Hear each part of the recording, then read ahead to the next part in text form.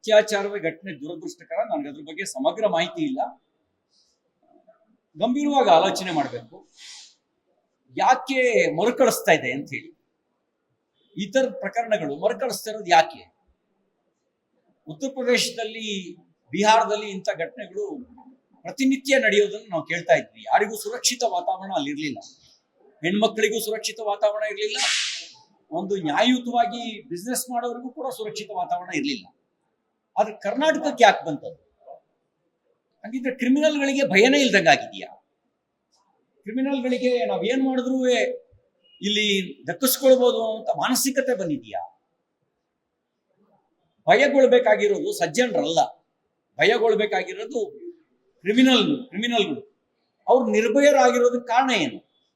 ಇಲ್ಲೇನಾದ್ರೂ ಅಭಯ ಹಸ್ತ ಕ್ರಿಮಿನಲ್ಗಳಿಗೆ ನಾವಿದೀವಿ ಅಂತ ಹೇಳಿ ಒಂದು ವಿಶ್ವಾಸ ಮೂಡಿಸೋ ಕೆಲಸ ಮಾಡಿದ್ಯಾ? ಇಲ್ಲ ಅಂದ್ರೆ ಇಷ್ಟೊಂದು ಹತ್ಯೆ, ಆತ್ಮಹತ್ಯೆ, ಅತ್ಯಾಚಾರ ಯಾಕೆ ಮತ್ತೆ ಮತ್ತೆ ಮರುಕಳಿಸ್ತಾ ಇದೆ? ಇದನ್ನ ಸ್ವಲ್ಪ ಗಂಭೀರವಾಗಿ ಆಲೋಚಿಸಬೇಕಾದ ಅವಶ್ಯಕತೆ ಇದೆ, ಸಂವೇದನೆಯಿಂದ ಆಲೋಚಿಸಬೇಕಾದ ಅವಶ್ಯಕತೆ ಇದೆ.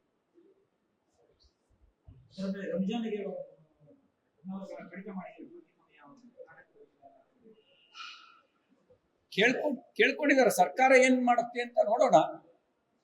ನಮ್ಮಲ್ಲಿ ನಿತ್ಯ ಹಬ್ಬ ಇದೆ.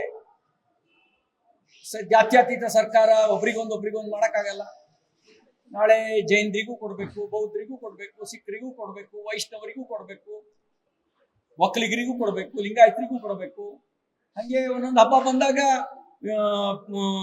ಕುರುಬರಿಗೂ ಕೊಡ್ಬೇಕು, ಎಲ್ಲರಿಗೂ, ದಲಿತರಿಗೂ ಕೊಡ್ಬೇಕು. ನಮ್ಗೆ ಯಾಕೆಂದ್ರೆ ನಮ್ದು ವೈವಿಧ್ಯತಮಯವಾಗಿರುವಂತ ಒಂದು ರಾಷ್ಟ್ರ. ಆ ವೈವಿಧ್ಯತೆಯನ್ನು ಗೌರವಿಸ್ಬೇಕಾಗತ್ತೆ.